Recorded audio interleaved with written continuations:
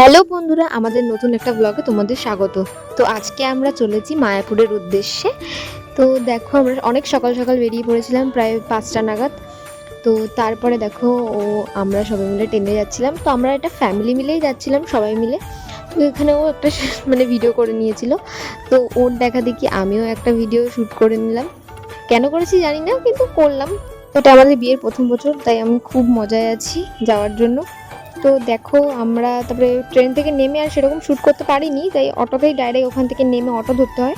তো আমরা অটোর মধ্যেই একটুখানি ভিডিও ক্লিপ দেখানোর চেষ্টা করলাম। তো দেখো, পাশে একটা রেল লাইন এরকম পড়বে, আর খুব সুন্দর লাগে জায়গাটা। আমি আগেও একবার এসেছি, আমার বাড়ির আমার বিয়ের আগে আমি একবার এসেছিলাম আমার বাপের বাড়ির লোকেদের সাথে। তো দেখো, আমরা যাচ্ছি এখন মায়াপুরের উদ্দেশ্যে। প্রায় 1 ঘন্টা সময় লেগেছে আমাদের যেতে। তো তারপরে দেখো আমরা ঘাটে চলে এসেছি। তো এটা হচ্ছে স্বরূপগঞ্জের ঘাট। এই ঘাটটা পার করে আমাদেরকে মায়াপুর ঘাটে যেতে হবে।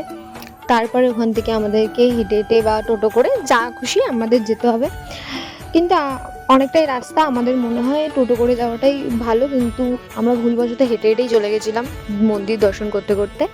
এখন আমরা নদী পার করার জন্য সামনের দিকে এগিয়ে যাচ্ছি, ঘাটের দিকে। দেখো পেছনে আমার জামাইবাবু, এই যে বর, আর এটা হচ্ছে আমাদের ননদের ছেলে, সবাই মিলে যাচ্ছিলাম। তো দেখো সবাই তাড়াহুড়ো করছে কি নৌকো ছেড়ে দেওয়ার জন্য। তো আমরা ফাইনালি নৌকোর মধ্যে উঠে গেছি।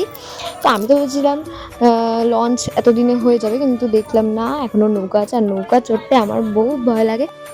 দেখো ভিডিওতে আবার আমার মুখ দেখানো হচ্ছে, জানি না কেন। তারপরে গঙ্গা পার করতে করতে দেখলাম ও এতটাই অস্থির হয়ে গেছে, কারণ খুব রোদ্দুর ছিল, খুব।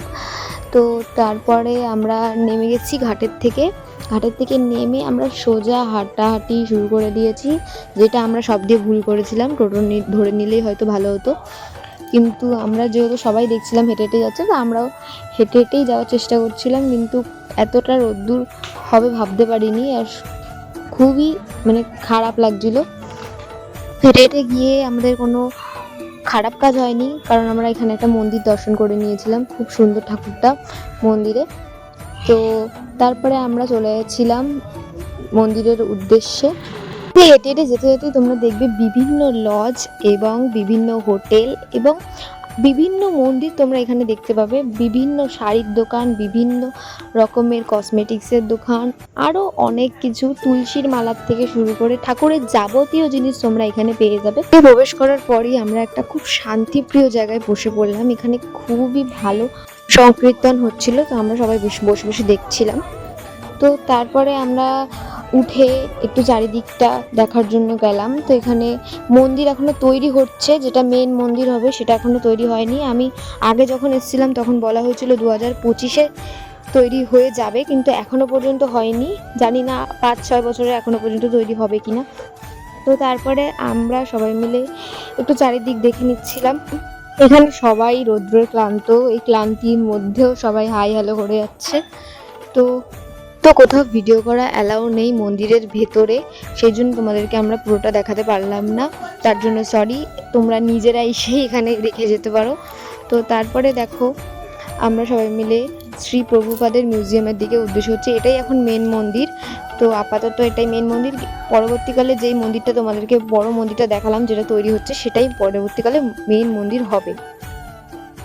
তো আমরা প্রত্যেকটা মন্দির দর্শন করার পর চলে আসলাম হোটেলে খাওয়া দাওয়ার জন্য।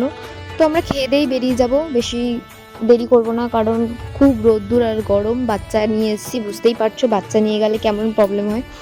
তো সেই জন্যেই আমরা একটা নিরামিষ হোটেলে চলে আসলাম। তো তোমরা চাইলে আরও অনেক কিছু দেখার আছে এখানে, তোমরা দেখতে পারো, সাইট সিন ঘুরে দেখতে পারো। বুঝতেই পারছো খাওয়ারের কি দশা, এত বাজে খাওয়ার, কিচ্ছু সত্যি বলার নেই। ভিডিও ক্লিপ নেওয়া হয়নি, সেই ভিডিও ক্লিপটাই নিয়েছিল ট্রেনে বসে বাড়ি আসার সময়, তো তাই তোমাদেরকে দেখিয়ে দিলাম। তো তোমরাও যাও, ঘুরে আসো, মজা করো। তোমরা ওখানে চাইলে থাকতেও পারো 2 দিন। এনজয়।